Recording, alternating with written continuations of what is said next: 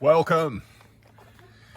You're probably going through the same thing I went through probably about 6 or 7 months ago. You're trying to give up alcohol, but you're going to social events and you're always being offered more and more alcohol. I understand. I was there for probably the last 30 years. I'd always be trying to slow it down or give it up.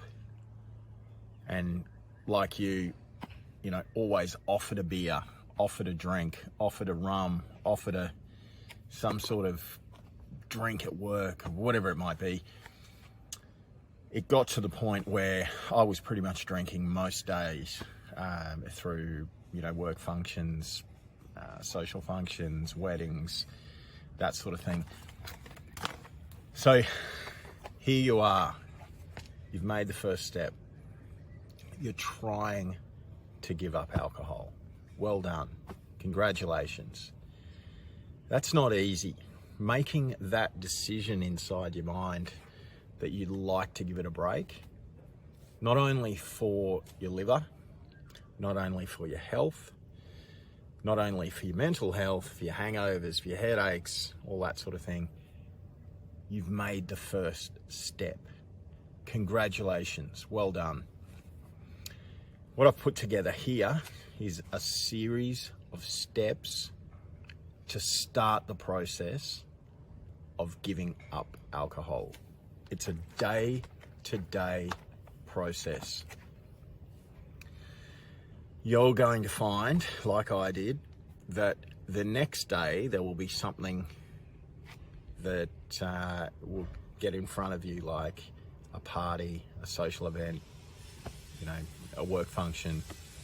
You're going to find that people are going to be offering you drinks consistently. So what you need to do is map out a base level series of structures which will counter what you're about to experience. Because if you're anything like me, you love going out, you love chatting to friends, you love meeting new people, but the drinking side of it is hard to get away from. So I've put together a series of structures below that will give you firstly the base level equipment to start your non-alcoholic process. We all know people that drink a lot. We all know people that are consistently drinking alcohol. Your first thing is to tell people that you don't drink anymore. And they will immediately say to you, "Oh, that's boring. Why are you doing that?" And there's a number of different answers you can give them. And one of them will give you a lot of strength.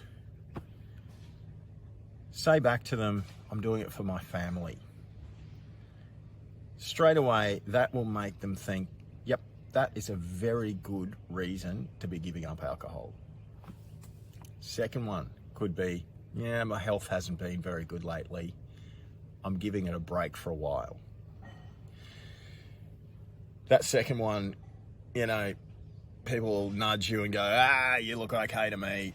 But the first one, "I'm doing it for my family," your wife, your husband, whatever it might be, your kids, your friends, family, that there is a very good reason to give up alcohol because they want the best for you. Your family want the best for you. Sometimes family life is a little hard, but they do. They want the best for you. And they don't want to see you in the state of drunkenness or having beers or drinking alcohol every single day. So that's a good start. That there is the one that's my go-to, which is, "I'm doing it for my family," which is, it usually works for me. Second thing is, you're going to have to map out the functions you go to. Something that worked for me was drive to everything, so that at least you've got that backup to get started with. No, I'm driving, I can't drink. I might have one light.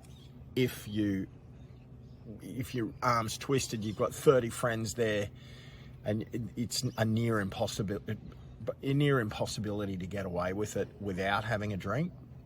Drive and have one light beer, and that can be your start point. I went cold turkey because I had to. That one light beer for me would be, okay, I'm going to stay here for the rest of the night. I'll leave my car here. I'll get an Uber home. It'll just compound the problem. So I had to go cold turkey, and since I have. But for you, it may be that fallback, I'm driving. Now that will put the handbrake straight on the need to drink, because you don't want to drink and drive. Whatever you do, you never want to drink and drive, especially with family involved, partners, wives, whatever it might be. You do not want to drink and drive. So that's a very good reason, and that will put the handbrake on people wanting you to drink. Recently I went to a wedding. I ended up just taking 0 beers and a 6-pack of 0 beers, so I didn't drink any alcohol, but I actually drove as well to make sure that I could not drink. But that's an idea for you. Now below is a structure, a stable structure to start working by, because giving up alcohol is not just I'm giving up alcohol. You've got to do a range of things to make it worthwhile giving up alcohol. So eating better food, starting to exercise if you're not exercising. I've exercised most of my life, so I combined exercise with waking up hungover, which was a pretty shit way to go. But you want to make sure that you're eating good food, stopping alcohol, starting to get fitter and healthier, and make it worth your while, because it really is worth doing. The headaches I was getting, like no one believed the headaches I was getting. I was getting 2-day headaches from some of the nights. I'd have a 6-pack, then I'd have a bottle of wine, something like that, and wake up, and 2 days later that headache would go from the dehydration from the alcohol.